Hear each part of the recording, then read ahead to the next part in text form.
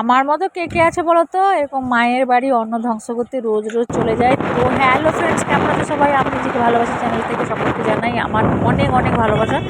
তো চলে যাচ্ছি কিন্তু মায়ের বাড়ি খেতে। তো খাসি খেয়ে শান্তি হয়নি, আবার যাচ্ছি কিন্তু বাগদা চিংড়ি খাওয়ার জন্য।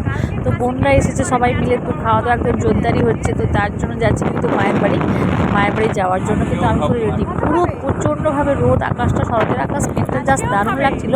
তারপরেও কিন্তু মেঘ রোদ সব কিছু উপেক্ষা করে যাচ্ছি কিন্তু মায়ের বাড়ি খেতে। তো তারপর তোমাদের দাদাভাই বললো, তার আগের দিন গেছিলাম মিষ্টি আর দই নিয়ে, তো আজকে চলো একটু অন্য কিছু নিয়ে যাই। তো চলো, আমরা নিচ্ছি কিন্তু আইসক্রিম ফ্যাক্টরি থেকে পুরো একদম টাটকা টাটকা পুরো আইসক্রিম তো নিয়ে নিয়েছি। তো আইসক্রিমগুলো একটু আলাদা ধরনের আছে, তো একটু ডিফারেন্ট। তো সেটা হচ্ছে কিন্তু আমার অনেক আগেকার দিনে একটু ইচ্ছে ছিল আমি পেপসি নেবো। তো দেখো আমি পেপসি নিয়েছি। তো তোমাদের দাদাভাই কিন্তু আমাকে লাগাচ্ছে, বলছে এটা পেপসি নয়, এটা কিন্তু ড্রেনের জল। তো অনেক কিছুই বলে যাচ্ছে।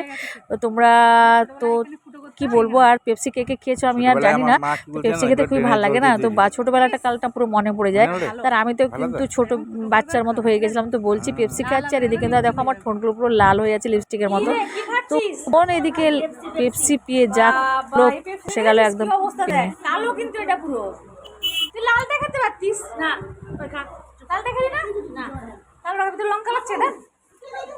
এটা একটা না, এটা নে, এটা ভালো, এটা নতুন, সেটা পুরাতন। মা এদিকে নারকেল, মা নারকেল করছে। তো গরম পড়েছে প্রচুর, এদিকে বোন একদম রেগে একদম গরম হয়ে যাচ্ছে একদম। তো জানি ও একা একাই রান্না করছে। বাবা তুই কিরে নারকেল দুধে লাল লাল করে দিছিস পুরো একদম। হ্যাঁ, আগে থেকে থাকতে পারলি না। আর ও রেগে গেছে এটাই কারণ যে ও রান্না করছে গরম, আর আমি কিন্তু খাওয়ার টাইমেই চলে এসেছি। তো খাওয়ার টাইমেও যাই হোক খেতে দুটো হবেই। তো বোনের হাতে আজকে রান্না খাবো, তার জন্য আমি খুব খুশি। তো চলো, আমি পুরো নিয়ে বসে গেছি একদম টকের গামলা নিয়ে। তো টক খেতে আমার খুবই ভালো লাগে। তো আম বলে কথা, আমের টক খেতে যা লাগে। তো তার আগের দিন মাংস, তার পরের দিন যদি টক লাগে কেমন লাগে খেতে। তো আমি কিন্তু একদম চেটে পুটেই খাচ্ছিলাম পুরো লঙ্কা টঙ্কা মাখিয়ে। আমি কেমন কাঁচা লঙ্কা মাখিয়ে দেখ।